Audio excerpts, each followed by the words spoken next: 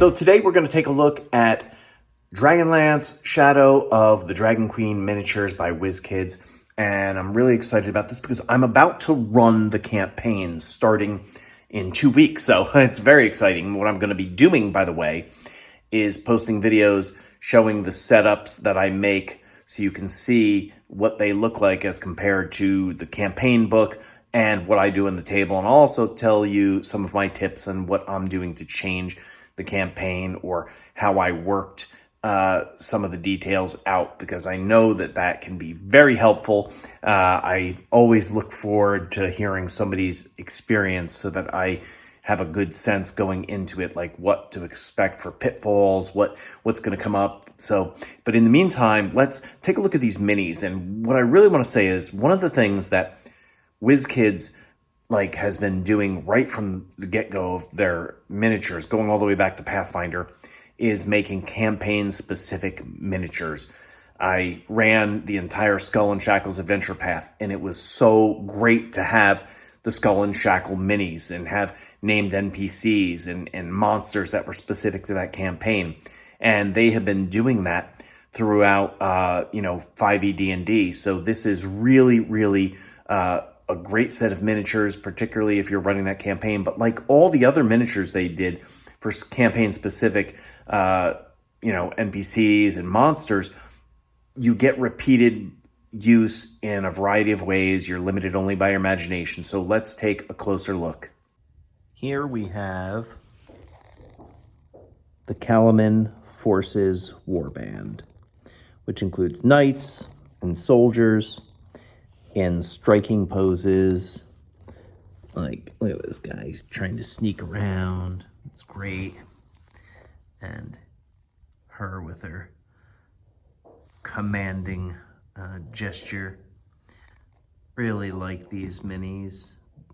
They're great to add to your collection, whether you're playing Dragonlance or not. I mean, these are just great to be used for Town Watch or the King's Army or Queen's Army. You could totally use these again and again and again. But if you are running Shadow of the Dragon Queen like I intend to do in 2 weeks, you're going to want these. These are the Dragon Army forces, because not all of the Dragon Army forces are Draconians. And these are a pretty wicked lot. Look at the guy with the double-bladed battle axe. And this fierce scream on this, what I assume is a commanding officer. This other guy raising his maul to spell someone's doom. These are really good minis, again, to add to your collection if you are running Dragonlance, but can be used in a variety of ways in your campaigns. Here are the Draconian forces, the Draconian Warband. You've got an Aurak Draconian, and those are spell-casting Draconians. You've got the Capac. They're assassins, these guys. And then you've got 2 of the Bozaks. It's a rather unfortunate name. And 2 of the Baz, which are kind of the grunts of the Draconian forces, and then the Sivak, which is just a massive creature. Again, these are necessary if you are running a Dragonlance campaign, but they're also very cool to use in any campaign. Here are some promotional minis from WizKids. A really terrific Lord Soth, the Death Knight, and of course Takesis, the Dragon Queen herself, and a couple Kender. Really like these Kender. My wife is going to use this one for the campaign. She's playing a Kender. She's the only one I trust to do it. She'll play it well. But you could use these for halflings or gnomes or elf children in another campaign, just like you could use this as an evil queen, not a goddess. And this could just be an evil knight or a death knight that isn't Lord Soth. But they are very cool. I love this one. This is Becaris the Younger, an NPC. And he can be used in a lot of campaigns. He can be used as a PC or just one of those idiot NPCs that your characters love to hate. But he's got a really smug expression and a regal outfit. Here was another NPC, Jaev Uth Veldruz, I think that's right. And again, not just a great NPC, this could be a really good ranger mini for your players. Unless you've got something against guys with no hair. But it's a pretty cool mini. You can, yep, bald all the way around. And here is yet another NPC, Kardok, the Knight. So this is a Knight of Solamnia. You can tell by his armor, the style of the armor. You know, and this isn't a WizKids issue. This is a WotC issue. Knights of Solamnia are supposed to have mustaches, and there's a mini that I'll show next that does have a Knight of Solamnia typical mustache. And, you know, that's okay because, again, you know, this is a character right out of the book that you'd use to run the campaign, so it's good to have.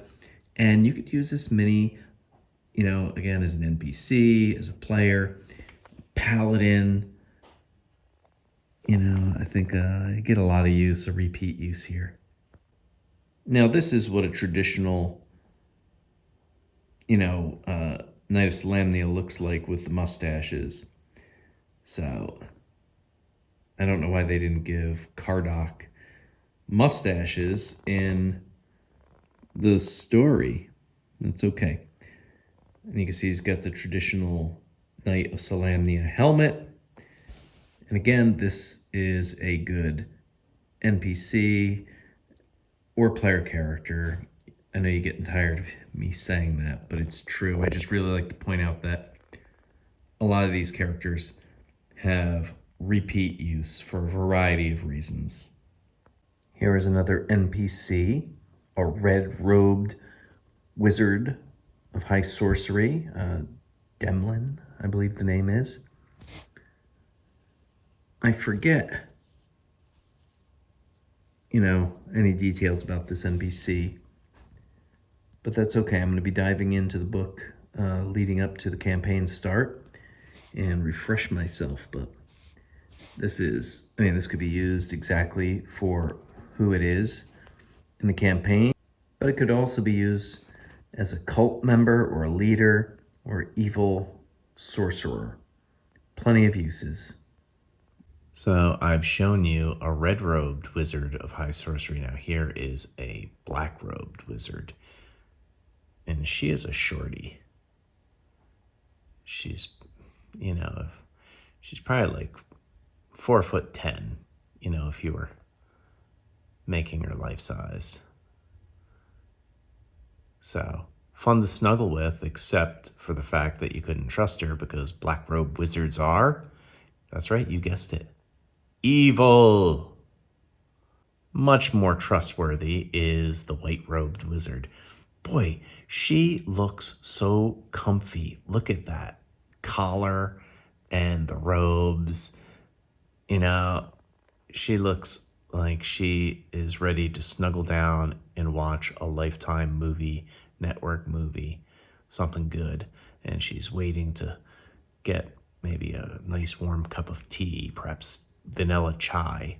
I've been really enjoying vanilla chai lately. and you know what? I think she'd like that too.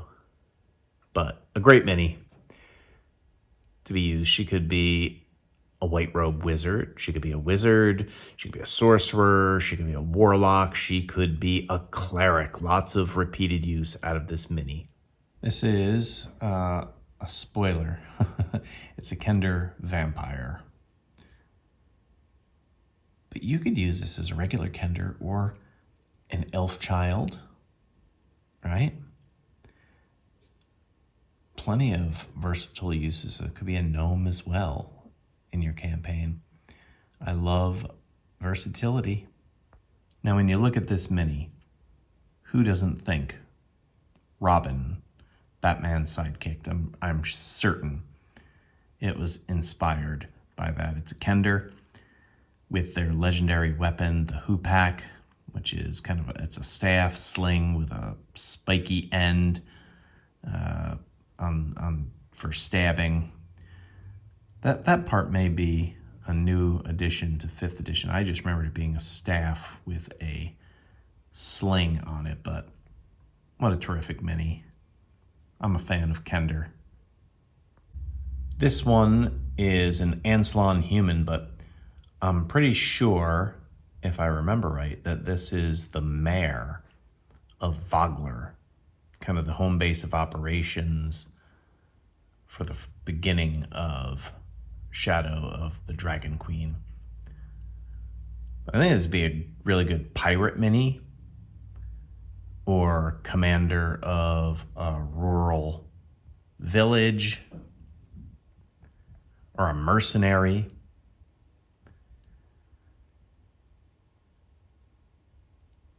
But plenty of repeat use, and that's really something that I look forward to in minis, is being able to use them as, what they're intended for if I'm running that campaign, or using my imagination time and time again to get repeated use. Here is another Anslon human.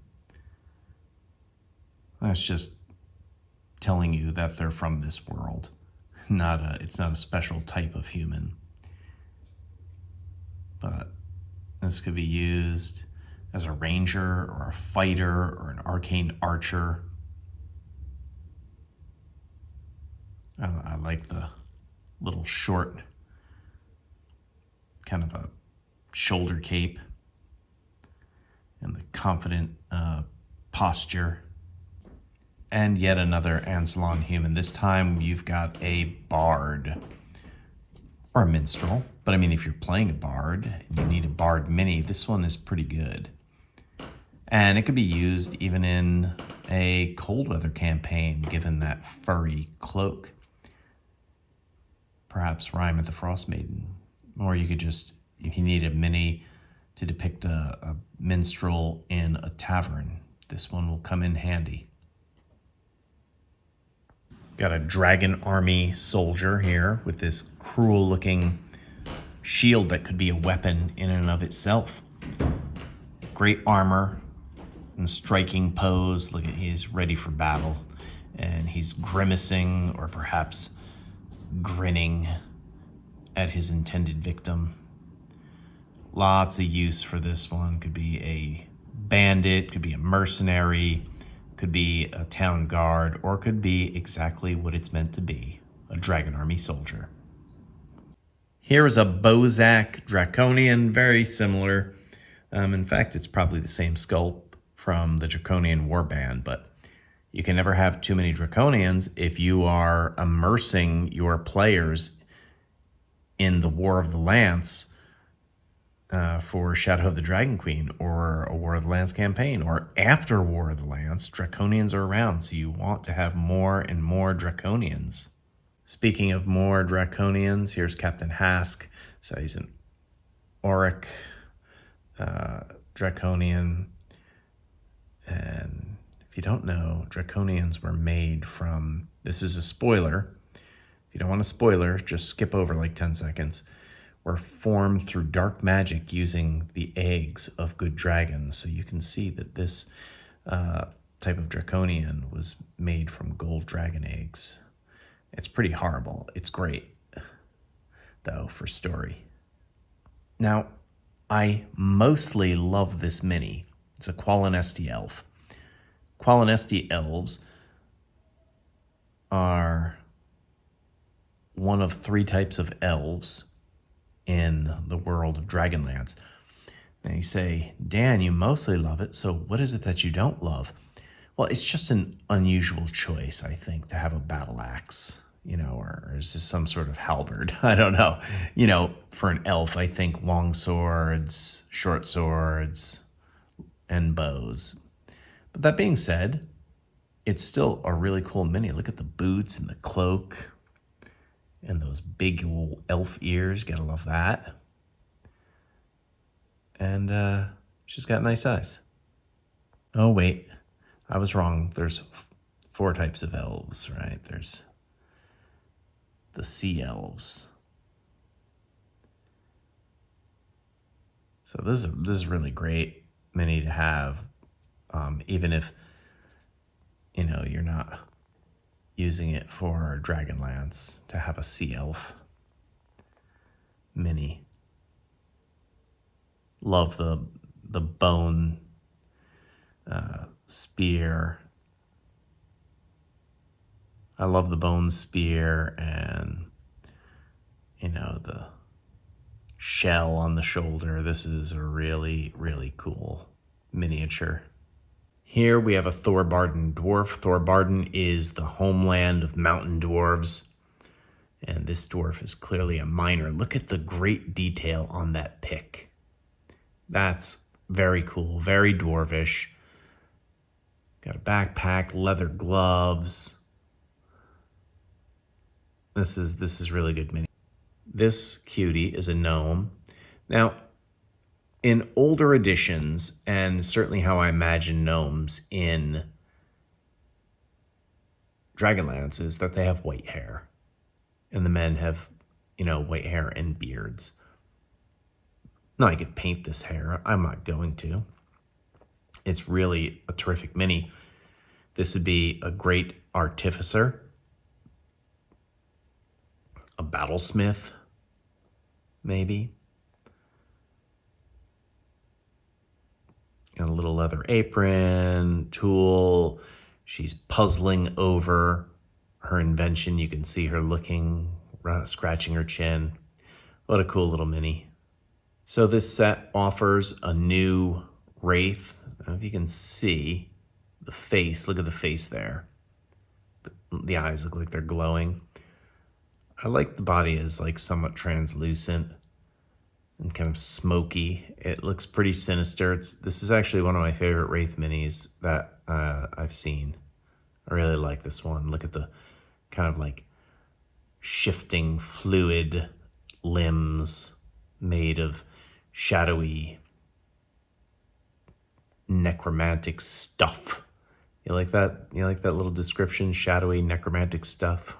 You can always use more whites.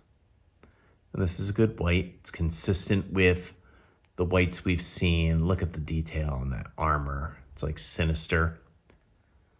Having more whites is good because they're fun to throw at your players.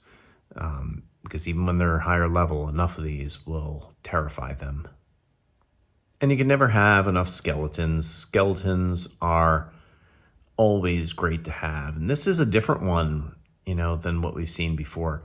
Different armor, different weapon. He's got a little protective cap. His bones don't look fresh and new. I like this mini. I'm a fan of skeletons.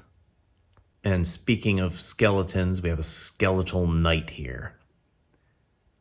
This is really great. Look, you can see he was probably a knight of Solamnia with that helmet. He's got a great sword and he's beckoning his opponent forward as if to say, "Come face me, taste your death." You gotta admit, that's a pretty good skeleton impression. This is a terrific piece of set dressing. It is the dragon egg. And it comes in a glossy obsidian chest lined with fabric. Really cool. Get a lot of use out of this. Dress up a wizard's tower. Put it in a dungeon treasure hoard. Maybe your players hatch it and have a dragon companion, but maybe it's a griffin egg. Maybe it's a wyvern egg. Maybe it's a purple worm egg. I don't know. It could be anything. Anything you want. Imagination's the limit. This is a gnome flinger. And the idea is that you put a gnome in it and catapult them where they want to go. Usually somewhere in Mount Nevermind, if I'm remembering my Dragonlance Chronicles well enough. In the campaign, there is a gnomish invention called a boiler drac. And this is it. This is, oh man, arguably my favorite mini, possibly, out of the series. It is so good. Look at the paint job. Look at the sculpt. It's really tremendous, and it's a terrifying stat block. It rolls around. Look at the furnace. So this is, yeah, quite a nice mini. What do you think? It wouldn't be a Dragonlance set of miniatures, right, without dragons. So here we have a green dragon in flight. And this is a terrific green dragon. Look at, let's see. Let's see how big it is compared to some minis. I wouldn't want that breathing down my neck. I don't know if I'm going to say this right. This is Balefian. This is a named dragon because it's an NPC in the campaign. You see it's wearing anklets and looks like a crown. I'm a fan of blue dragons, so it's great to have one. Let's see how big it compares to some humanoid minis. It's pretty imposing. So you can see, like the green dragon, it's got a circular base on the inside, so it could be a young dragon, but, you know, because of the size of the base, it could be an adult dragon. So, multi-purpose. Love this flying mini, an armored black dragon with a dragon army dragon rider.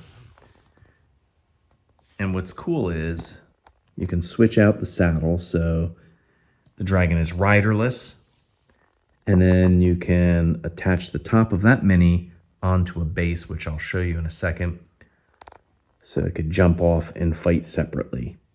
So now you see the dragon is riderless. Look at that. Black dragons are my favorite, by the way. Look at it. And there's the rider, ready for battle. Here, like the black dragon, is a Dragonel rider that can come off. But look at that awesome pose. Like it's diving for its victim. Dragonels are dragon-like. This is a new addition to Dragonlance, in this campaign. But look at this. You could use this as a red dragon. Certainly. Look at that. Armored. What a great mini. Let's take a look with it without the rider. So now you've got this rider off of the Dragonel. And that's pretty cool that you can do this. Just be careful that you don't lose it. Always stow your minis safely.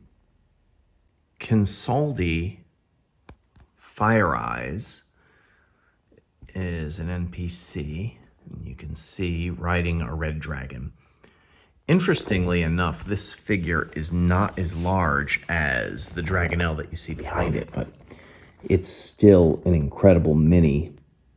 And like the others, Kinsaldi comes off, and then the dragon can ride free, and she can fight free. And there's the figure.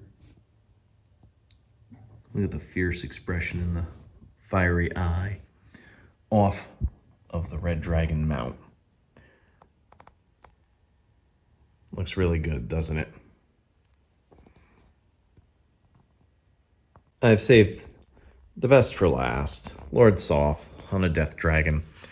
Now, in the Dragonlance books I read, there were no death dragons. But I'm not complaining because, my goodness, look at this thing. Look at it. That necromantic energy flowing in the wind. Now, this mini also comes off just like the others. So it's kind of neat. And it's a different pose than the promo mini of Lord Soth. So you have a couple different versions of Lord Soth in this series. This is an outstanding mini. Let's take a look at what it looks like. Him riderless and standing next to his steed. So there you have Lord Soth ready to make a challenge. Look, you've got the dragon without Lord Soth on it. There's the Lord Soth now with his base. And then here is the promo Lord Soth. So two different moods there, right? He's waiting to battle, and here he is challenging someone to battle. So that's it. Thanks for taking a look. Come back as I take you through videos of my campaign for Shadow of the Dragon Queen. If you like this video, please like, share. If you're not subscribed, what are you waiting for? Subscribe, tell your friends. I'm going to be posting more on here as I delve into this campaign. I really want to share this campaign with you in what I do for terrain setups and DM tips as well. Take care and catch you next time.